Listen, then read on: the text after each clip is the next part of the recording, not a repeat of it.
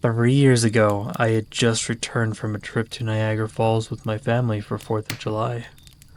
We were all very exhausted after a long day of driving, so my husband and I put the kids straight to bed and called it a night.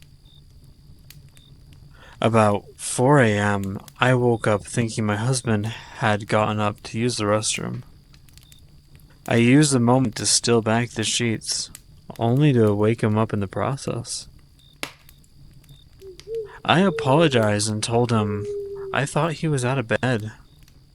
When he turned to face me, he gasped and pulled his feet up from the end of the bed so quickly he almost knocked me out of the bed.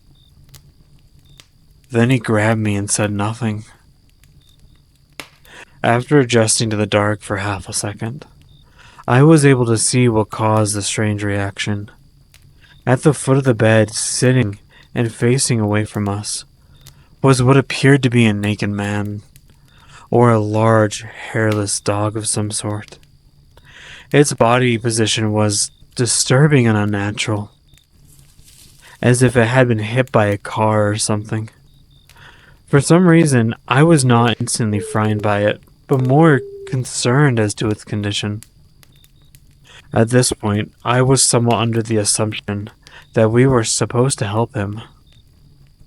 My husband was peering over his arm and knee, tucked into the fetal position, occasionally glancing at me before returning to the creature. In a flurry of motion, it scrambled around his side of the bed, and then crawled quickly right along the covers until it was less than a foot away from my husband's face. It was completely silent for about 30 seconds, just looking at my husband. Then it placed its hands on its knee and ran into the hallway leading to the kids' room. I screamed and ran for the light switch, planning to stop this thing before it hurt my children. When I got to the hallway, the light from the bedroom was enough to see it crouching and hunched over about 20 feet away. It turned around and looked directly at me. Covered in blood, I flipped the switch on the wall and I saw my daughter. The creature ran down the stairs as my husband and I rushed to help our daughter. She was very badly injured and spoke only once more in her short life. She said, "He is the Rake." My husband drove his car into the lake that night while rushing our daughter to the hospital.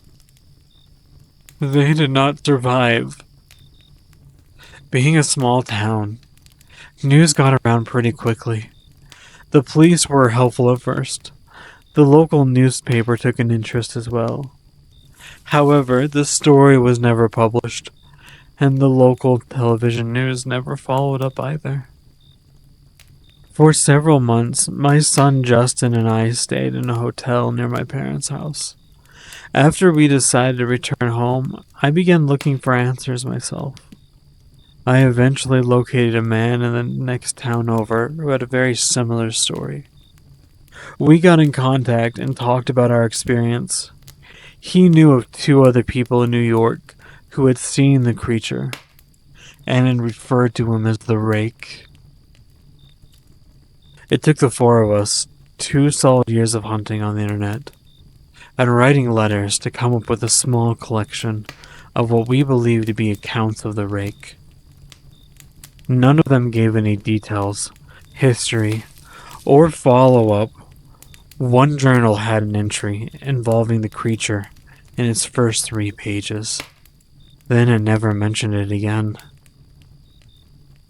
A ship's log explained nothing of the encounter, saying only that they were told to leave by the Rake. That was the last entry in the log. There were, however, many instances where the creature's visit was one of a series of visits with the same person. Multiple people also mentioned being spoken to, my daughter included. This led us to wonder if the Rake had visited any of us before our last encounter. I set up a digital recorder near my bed and left it running all night, Every night, for 2 weeks, I would tediously scan through the sounds of me rolling around my bed each day when I woke up. By the second week, I was quite used to the occasional sound of sleep while blurring through the recording at 8 times the normal speed. It still took almost an hour every day. On the first day of the third week, I thought I heard something different. What I found was a shrill voice.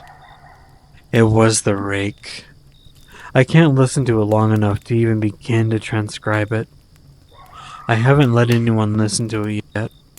All I know is I've heard it before, and now I believe that it spoke when it was sitting in front of my husband. I don't remember hearing anything, but for some reason, the voice on the recorder immediately brings me back to that moment. The thoughts that must have gone through my daughter's head makes me very fucking upset. I have not seen the Rake since he ruined my life, but I know that he has been in my room while I slept. I know and fear that one night I'll wake up to see him staring at me.